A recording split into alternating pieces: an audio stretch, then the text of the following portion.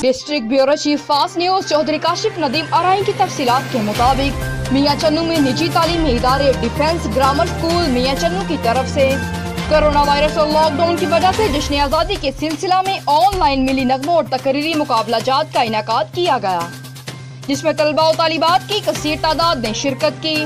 ان مقابلہ جات میں سبحان علیم نے پہلی، نور آصف نے دوسری اور علی آصف نے تیسری پوزیشن حاصل کی۔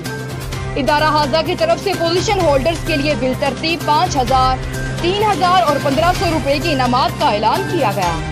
اس کے علاوہ تمام طلباء و طالبات کے لیے ادارہ کی طرف سے حوصلہ افزائی کے لیے سرٹیفکیٹس دیے جائیں گے۔